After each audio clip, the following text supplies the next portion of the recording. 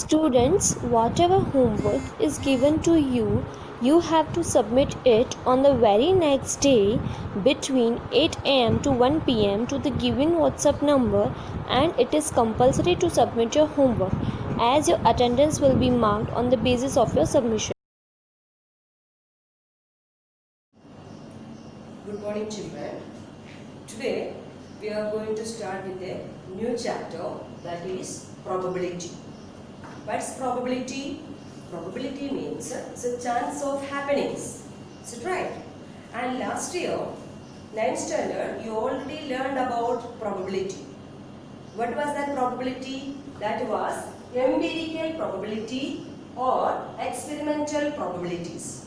That means this probability is based on the results of actual experiments. There you have seen one example also. One coin which is tossing, head and tail comes.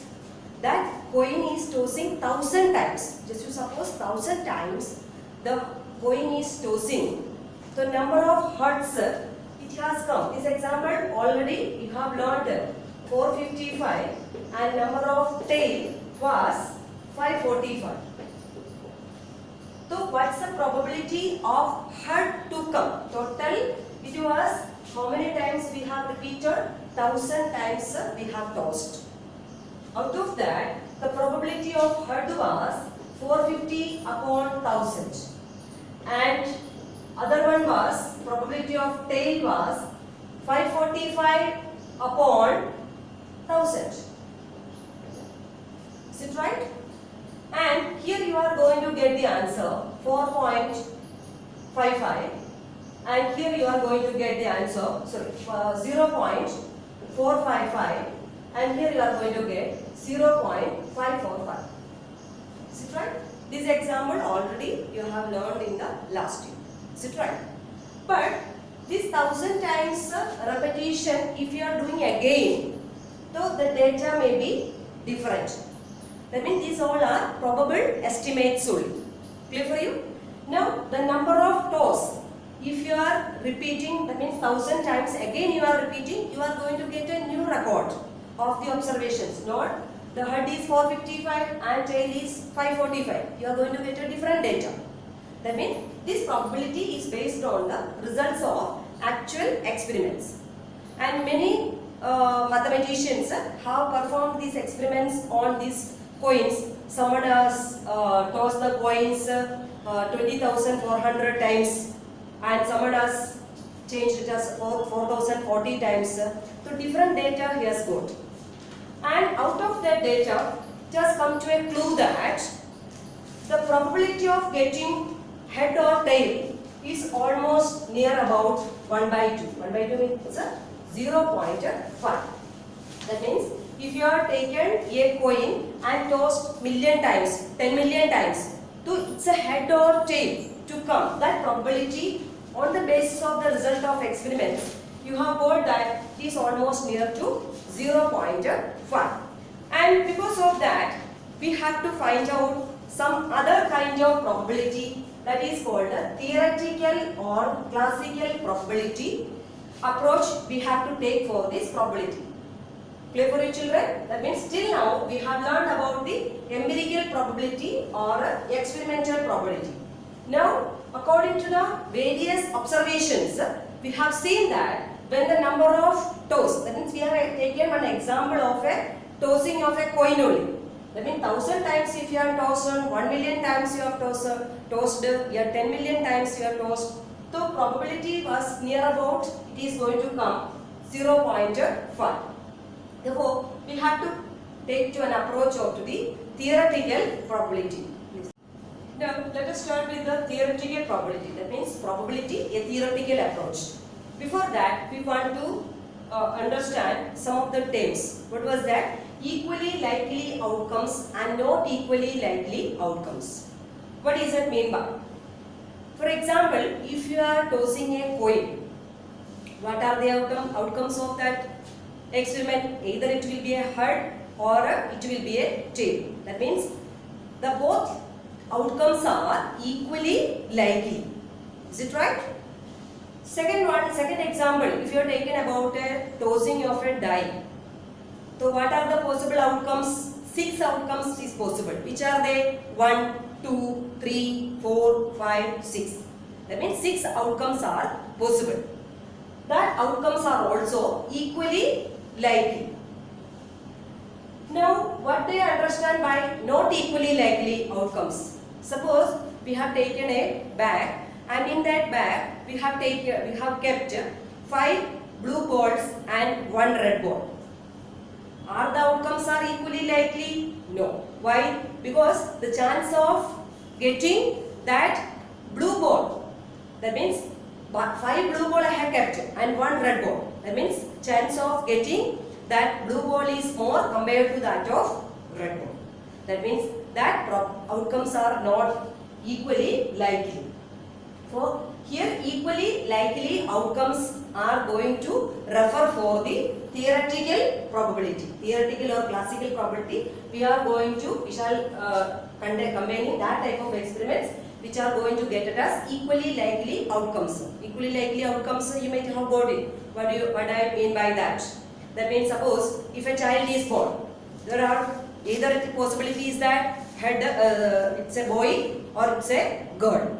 That means equally likely outcomes.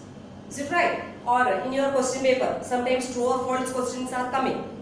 So either it can be true or it can be false. That means equally likely outcomes are possible. That type of equally likely outcomes we shall refer for this theoretical probability. Now let us take why we are avoiding this empirical probability in this case. Because of the reason that always, it's already told that empirical probability, experimental probability is based on the results of actual experiments. But always these experiments, repetition of these experiments is not possible. Sometimes it is very expensive, it's not feasible. Is it right? For example, if you want to launch a satellite in an orbit, to that time a repetition of that means the launching failure. We cannot predict by this empirical probability because again and again we cannot conduct that experiment. Is it right? It's very expensive. Second one, suppose earthquake. What is the destruction of a multi-story building during an earthquake? We cannot do by this again and again by the experiment. That means that cases empirical probability is not possible. That cases, what you are going to lead that, we have to take some assumptions leading to that experiment. That means experiments you are discarding, and instead of that you are going to take some assumptions. That assumptions are always based on equally likely outcomes. Now we can define this theoretical or classical probability in another way. This one already you have learned in the standard 9. Empirical probability is equal to P of E. We are writing it as a probability of that event. Number of trials happened divided by total number of trials.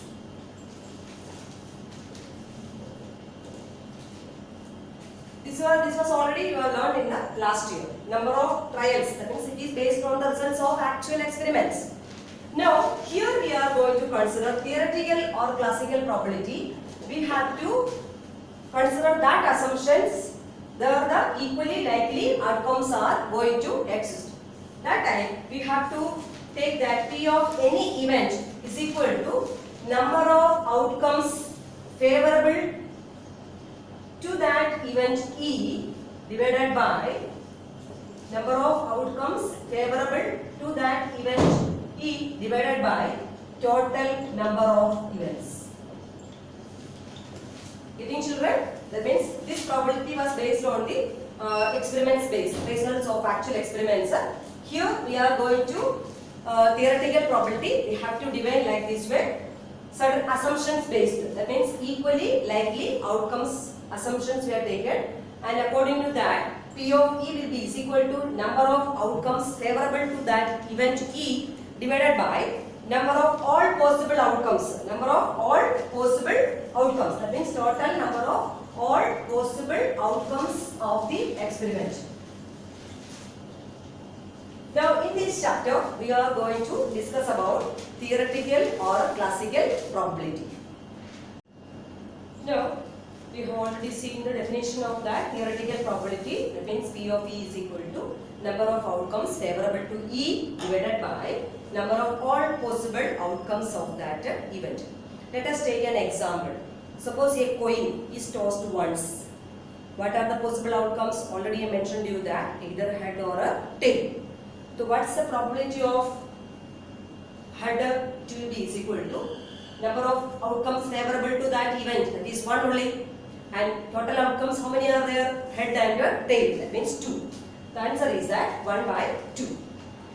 And next one, P of tail, that means probability of tail, that is also is equal to 1 by 2, because both are equally likely outcomes. And even having only one outcome of the experiment, and even having only one outcome of the experiment is called by the name elementary events. Clear for you children? And event having only one outcome is coming. Number of outcomes favorable to that event is 1. Then we can call it as that elementary event. Sum of all the elementary events. Here two chances are there, either head and either otherwise tail. And if you are plussing up this all, that means summing up this all, we are going to get the answer 1. From this, what you can say that sum of all the elementary events, sum of all elementary events is equal to 1. If how many elementary events are there are equal to 1. Clear for you children? Suppose I have taken one blue ball, one green ball and one red ball. Blue, green and red in a bag. So what is the probability of blue ball? 1 by 10. What is the probability of green ball? 1 by 10. What is the probability of red ball? That is also 1 by 10. Outcome is 1. Number of outcome favorable to that particular event is 1 out of the total outcomes. Now if you are adding that 3 together, 1 by 3 plus 1 by 3 plus 1 by 3. What you are going to get? You are going to get as 3 by 3. That means is equal to 1. That means sum of all elementary events is equal to always 1. What's elementary event? The possible outcome is, out of that possible outcomes, that outcome of favorable to that event is 1. That is called by the name elementary events. Now getting clear this one? Next one about complementary event. Complementary to each other. What is meant by that? Suppose we are knowing that out of this P of head is equal to 1 by 2. P of tail is equal to 1 by 2. Suppose the question is asked, what is the probability of not getting a head? So how will you find out that? Because you know that some of these elementary events are is equal to 1. Therefore, if one is given and other one you have to find out, what you will do that? You will obviously minus that 1 minus that particular event. Because here two outcomes are there. P of head, yeah, P of tail. If you want to make the complement of the other one, that means opposite of that one. That means you can say that P of head is given, P of tail if you want to find out, because we know that P of head plus P of tail is equal to 1. Therefore, P of head is equal to 1 minus P of tail. For head and tail, we can say that they are complementary events.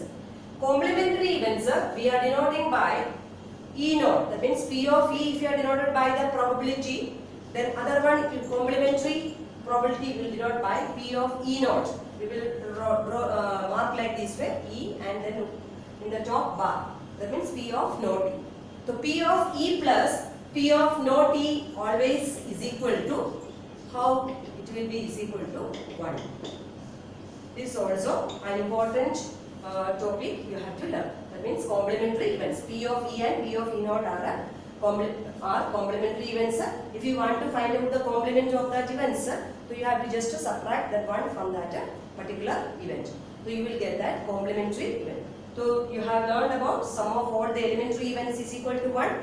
Next one you have learned that the complementary events. Now two more events you have to learn that. What is that? Impossible event and certain or sure event. Impossible event. Impossible means you know that. Not at all possible. For example, sun rises in the west. Is it possible? That means we will say that it is not at all possible. That event is Answer will be P of that impossible event always will be is equal to 0. Probability will be 0. For example, can you get 8 number on the die? No, it is not at all possible. You will say that impossible event is equal to 0. Next one, certain event, sure event, that means 100% sure. That type of events, what will be the probability of that types of event? For example, 100 out of 100 to get in the exam. It's possible. That means it's a sure event. We can 100% we can clearly say that types of event will called by the name. Which event it will be called by the name sure event. Certain, that means if you are getting a number less than 7, probability of getting number less than 7 on a die. How many possible outcomes are there? 6. Out of that, how many number of outcomes favorable to that? 6. So you will get that answer 6 upon 6 is equal to 1. That means probability of an impossible event is 0 and probability of a certain or sure event is equal to 1. That means 1 is a natural number. You all know that it's a sure statement, a certain statement. That case will say that probability of that particular event is equal to 1. So you may be clear about this all. Theoretical probability, equally likely outcomes, not equally likely outcomes, what is meant by elementary events, what is complementary events, and last two events are impossible and sure, yes, certain events. Okay children, now this much portion you just make it clear in your mind, then we will do the exercise in the coming class, that means coming session. Till then you have to just read this chapter properly and make clear concept of that probability, whatever I have mentioned to you children. Okay, bye. Till then, take care children.